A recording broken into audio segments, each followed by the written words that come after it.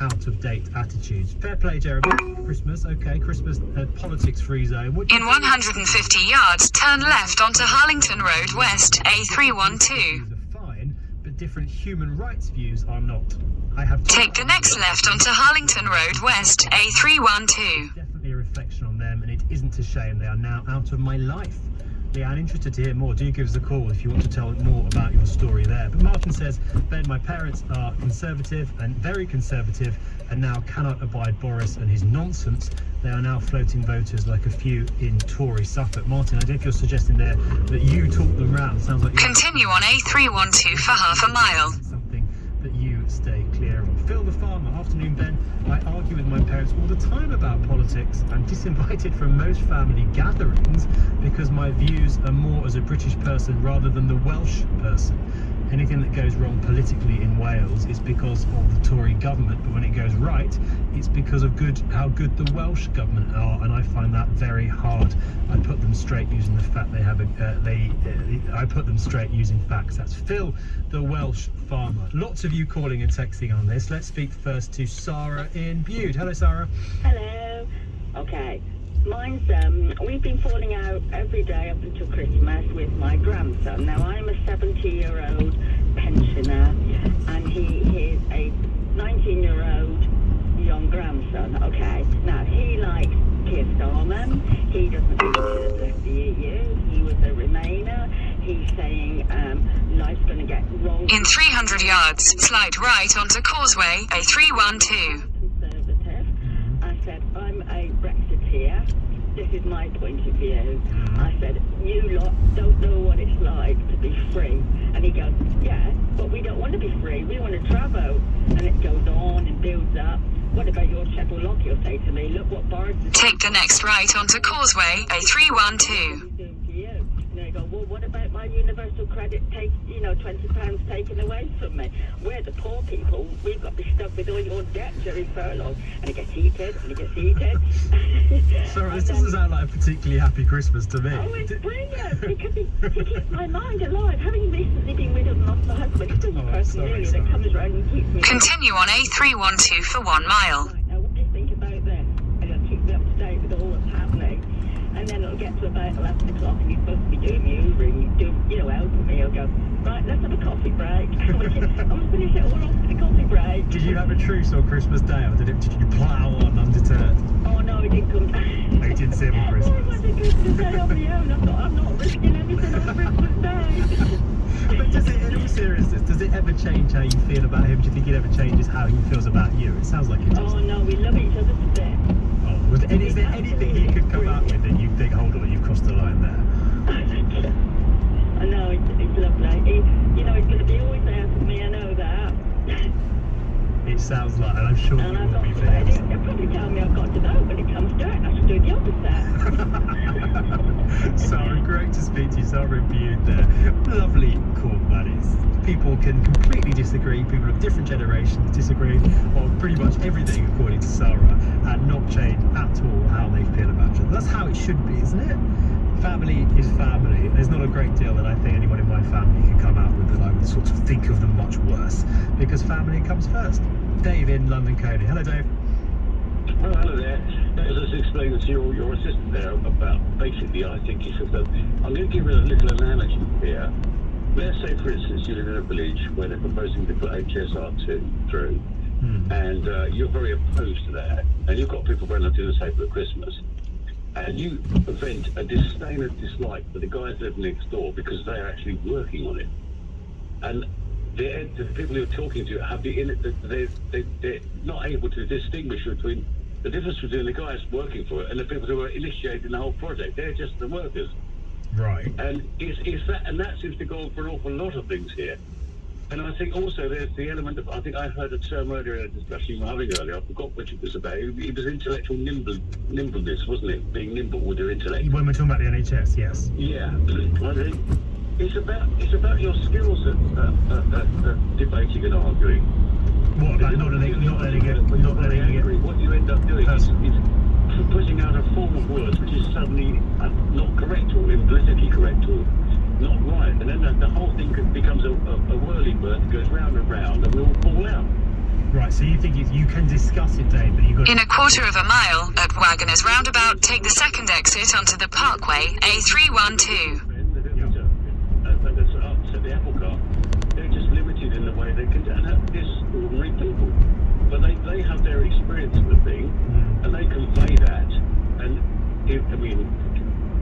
the world they live in is how they feel it, and they express it the only way they know how to do it. And that's a key point. People have different experiences, people of different generations have different outlooks and different views on things, and there's got to be a level of there can be pretty heated disagreement, but there's also got to be a level of respect, Dave, hasn't there? Well, there has, but I think what happens is, when the emotion kicks in, it causes havoc with all those, if you like, standard codes that we're all supposed to live by. How do you mean? Well, if people get particularly sort of... Exit the roundabout onto the Parkway. Continue on the Parkway for 1 mile. The way you express yourself, or your disdain for something, or your disagreement with something, comes across like an unhandleable hot potato, and it's unacceptable at the table, then, the whole thing turns into an inferno of unpleasantries, Or it just gets incredibly awkward and the turkey goes cold and everyone gets away as quick as possible, Dave. Yes. Melina in Mill Hill. How was your Christmas, Melina? Oh, hi. It was good. My son decided to send us a message in the morning before arriving to lunch to say, can we not talk about COVID or politics? Right. So it was Any politics? What prompted him to say that, do you think? I don't know. I don't know whether he had enough of it a few days before that. You must have some indication. What were you going to disagree on before he sent that message? I don't know, probably everything. Give me some examples. He just wanted a peaceful Christmas, and so while we were waiting, we thought, okay, let's just talk about everything to do with COVID and politics before he arrived. In this day and age, I think it's really very hard not to talk about either of the subjects. So what did you do? So you talked about it before and then had a We discussed it before. In a quarter of a mile, at Cranford Parkway Interchange, take the second exit onto the M4 slip road to Heathrow Airport, M25. It's so hard not to talk about things like that these days. I think it just comes around, You've done your lateral flow. It does. And then you start talking about everything connected to it, and then Boris and what's going on, and business parties and cheese and wine parties, and the whole lot. It just happens. Do you find it sad, Melina, that you can't have those conversations that your son felt the need to effectively say, no, we can't talk about this, and there wasn't a way of having that conversation and it not being difficult? Well, I said to him, in fact, today he came round today, and I said, we all have different opinions. There's no reason why we can't just talk about different opinions, and everyone's different, and we just have to respect each other's opinions. And What did he say? you don't want to just Exit the roundabout onto the slip road. In a quarter of a mile, merge onto M4. I think it went very well. It sounds like it did. It sounds like it did. I wonder how many of you also had to do that, no politics, on Christmas Day. A text here, no name on this one. Absolutely great to have our extended family over for Christmas. These rules were absolutely followed this year. The rules being we avoided high blood pressure, too much alcohol, but instead diverted our energies into family games and karaoke. A very different style for us, but one which we will definitely adopt for future family events. Sounds like a good idea to me. A text here, COVID has been added to the list of no-goes, the originals being religion and politics. That's from Carl. No politics, no religion, and now no COVID. Another text here, hi Ben, I had my family over for Christmas, the first time in over a year. Pre-2020 we were close, but during the last year my mum and sister have become involved in conspiracy theories. They are anti-vax, pro-Brexit, and oddly pro-Trump, even having a party to celebrate his presidential win. I'm still of the opinion, this person says, that it is all driven by anxiety or perhaps something more serious, but cannot do anything to help them other than keep them and their damaging views away from my children. So you haven't seen your family in the best part of a year until Christmas, and part of that, no name on that text, part of that because you don't want views that you think are damaging to be voiced in earshot of your kids. That's sad, isn't it? That is difficult. I mean, what Melina was saying, there has to be a level of respect. There can be disagreement, I think it's very sad when people fall out with their family over something like that. I'd struggle, I admit, if a relative was very... I'd be fine with all those issues. The one I'd struggle with, I think, was slightly anti-vax. I think that would be difficult to argue with. But I think what I just do would just not discuss it. People have all sorts of views. There has to be a level of respect. 6:30, Amelia Cox has the news. Accusers of Ghislaine Maxwell say they hope others will be held accountable after she was found guilty of sex trafficking. A jury in the US has convicted the 60-year-old of bringing vulnerable teenagers to the late sex offender Jeffrey Epstein. A man's been arrested on suspicion of child abduction and kidnap following the disappearance of a 12-year-old girl. Leona Peach was discovered by police at a property in Lincolnshire after being reported missing in Devon before Christmas. Clubs in the EFL are no longer required to test players and staff on match days unless they're displaying COVID symptoms. Updated guidance will see daily testing continue throughout the Football League, though. LBC Business Update. With Direct Line Business Insurance, go direct and see if you could get a better deal. Santander has apologised after accidentally paying out £130 million to tens of thousands of people and businesses. Around 75,000 accounts received money incorrectly following a mistake on Christmas Day. LBC weather, rain for Northern Ireland and Scotland overnight, otherwise dry, lows of 6 degrees. LBC into 2022. I'm Nick Ferrari and thank you for sharing your stories with me on LBC over the last 12 months. Chris, who's effectively watched his mother draining away in front of his eyes because he was trapped a journey that should have taken an hour and a half, took 6 hours. Liam Norton for Insight Britain. What would you say to him? It's terrible, Nick, isn't it? I would like you to be actionable. I would like to round your colleagues up and put them in jail. Sounds like you can't emotionally connect. Don't lecture me about emotional connection. You've just heard a caller explain how he watched his mother effectively drain away. Let's get that straight. And I'm talking to you about the suffering of millions of people. In a quarter of a mile, keep right to stay on M4. Dying is down to you and your colleagues. So when are you going to suddenly stop with these lame apologies and actually accept that this is not the way to protest? It's awful, Nick, isn't it? What's awful is climate change, of course. What's awful is that someone has virtually died because of your... Keep right to stay on M4. I'll be back in the new year taking your calls for 2022. Nick Ferrari at breakfast on LBC. Hi there, small business owner. Your tiny QuickBooks team here. Self-assessment season is upon us. We make it so quick and easy. You might even enjoy it. But seriously, let's get it all sorted before the 31st of January. For available tax products, visit quickbooks.co.uk.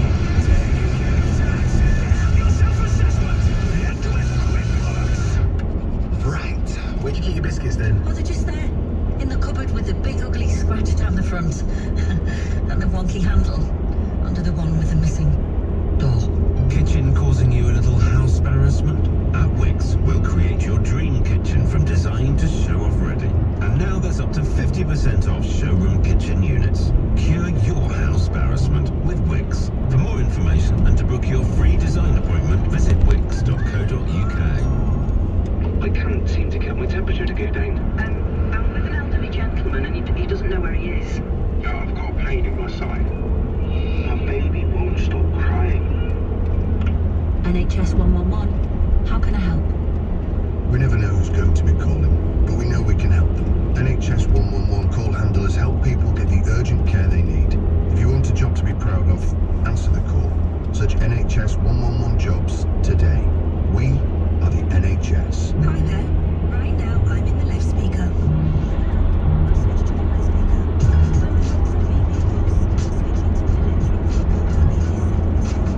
Now in both speakers. Let life flow from the people you know, with over 8,000 BP pulse charging points where and when you need them, including ultra-fast charging to get you back on the open road as soon as possible. Find out more about EV charging from BP in the right speaker. Annie Kentish on LBC. Call 0345 6060 973.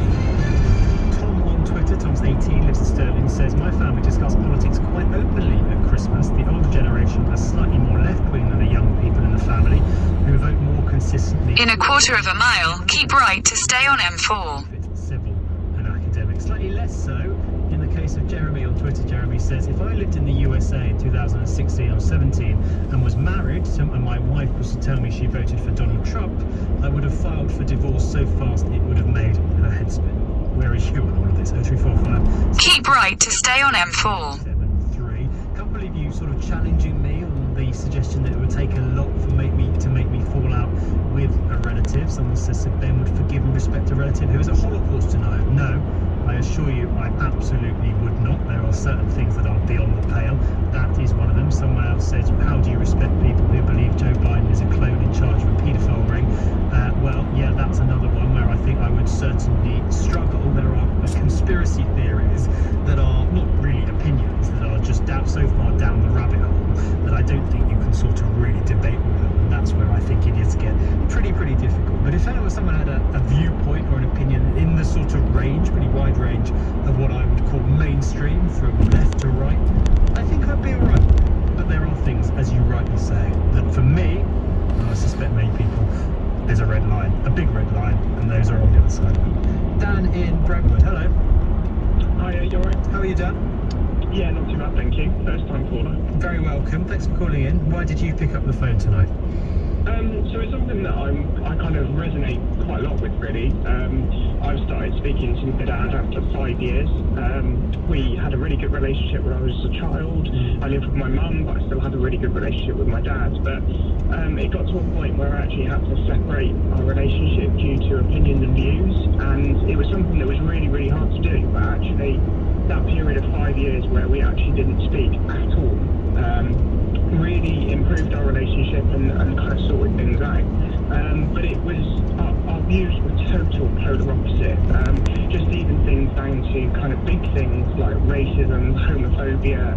I was always brought up to respect people, equality, diversity. I'm in healthcare. My mum's very much of that kind of understanding and really empowered us to do that to children. But my dad was just the total opposite. And I kind of came to the decision that actually, just because he's my father, if I was to walk down the street and come into contact with this person, or come into contact with them when I was at work, I would never relate or kind of have a rapport with this person because they are completely the opposite. So I kind of went by the saying that the standard you walk by is the standard you accept, and I didn't accept it, so I had to walk away.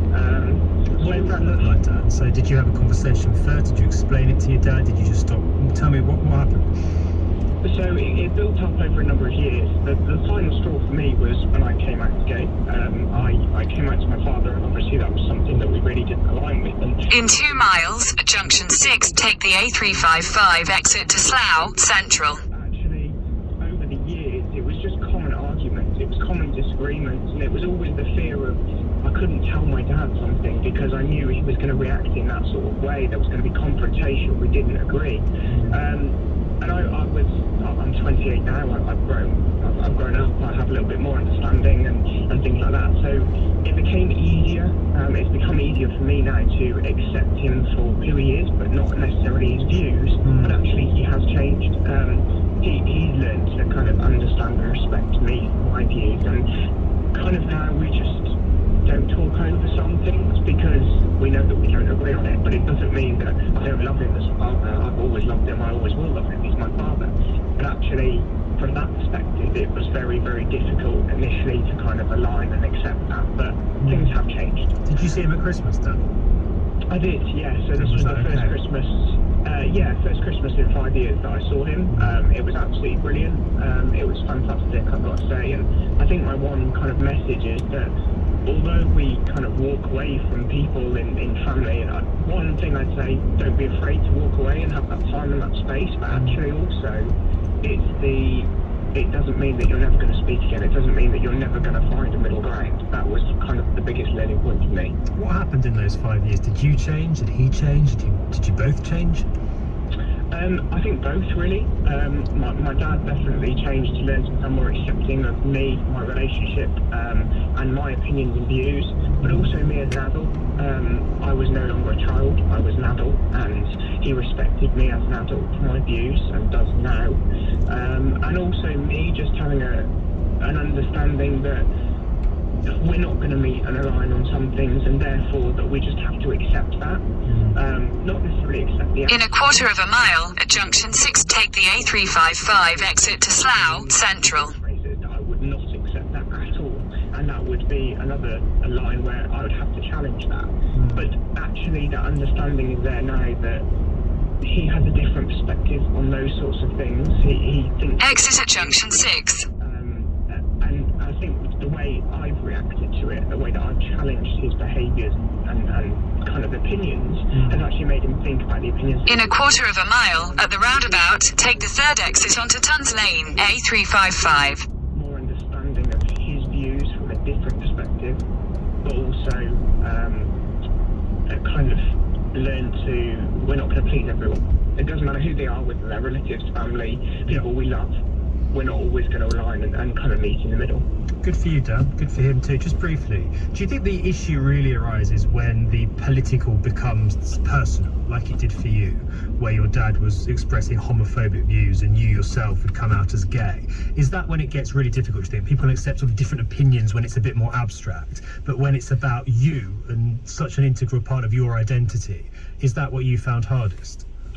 I think as a child and when I was younger, it was more the being different within. So how do I explain this? So if my dad had a different opinion to me, I would feel uncomfortable in that environment because the opinion was very different, the rationale was very different. So it wasn't necessarily affecting me personally in that sense. So I had a lot of that for many years as a child and growing up. But then when it did become personal, I think because I became older, I would exit the roundabout onto Tons Lane. Because of the personal element to it. But there was always still a sense of uncomfortability and it didn't always have to be. In a quarter of a mile, slight left towards Sippenham Lane.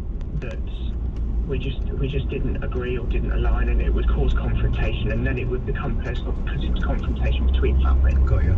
Dan, great to speak to you. Good to speak to you. Glad you've managed to an extent, patch things up with your dad. It's text here from Martin just in response, listening to Dan there.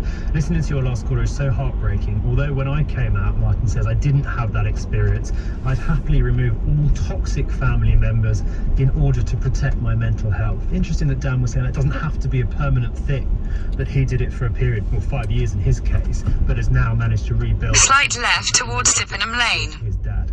Get back to this in just a second. I want to speak to Imran Ahmed, though, the Chief Executive of the Centre for Countering Digital Hate. Continue for 1.5 miles. On the government and social media companies to do more to clamp down on fear-mongering and disinformation and conspiracies that are being spread, particularly on social media, when it comes to vaccines. Imran, thanks for your time this evening.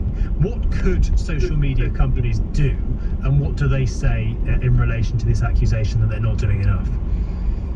Well, social media companies have agreed with the government, with the opposition, with most of us in society that misinformation that might lead to loss of life shouldn't be allowed on their platforms, and their terms and conditions, their community standards state that really boldly.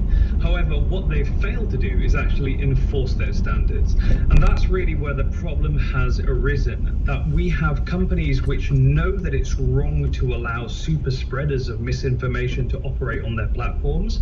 What the Labour Party have done today is identify that some of the known super spreaders, the people who serially post lies for engagement, often for money, because they're trying to draw people into their ecosystem, sell them false cures of their own, that they've been given free rein on those platforms.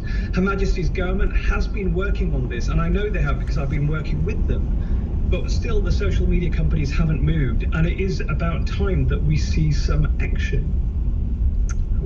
How do we draw the line here? Because there are those that will simply say on social media, I'm a bit worried, I've heard this rumour, I've heard this story, and there are those, of course, that are putting out information that is just demonstrably and consistently false. What sort of line needs to be drawn here, and how do the social media companies tackle that?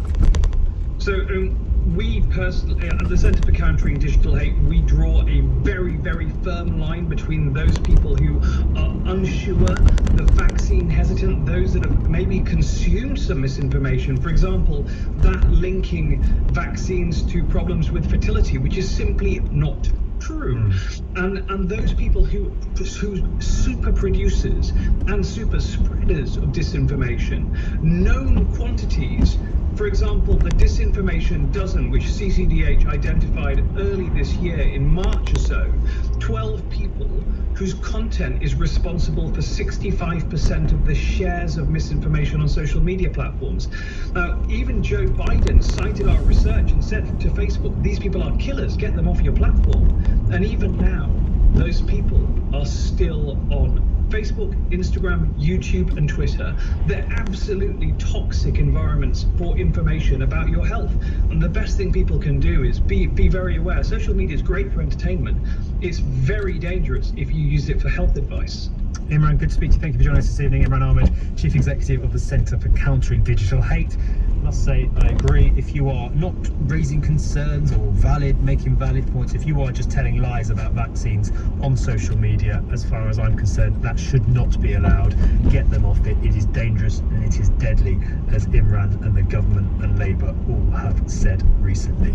More of your calls. We're going to speak to Tim in San Diego, Tracy in Windsor, and Ian in Southend on this issue of how you approach politics with your family. But first, 6:46 is the time. Let's get some headlines. Amelia. Accusers of Ghislaine Maxwell say this is just the beginning after she was convicted of helping to sexually abuse young girls. Coronavirus isolation periods in Wales and Northern Ireland will be cut to a week in line with rules in England from tomorrow. And the Health Secretary says he will triple the supply of lateral flow tests from early next year.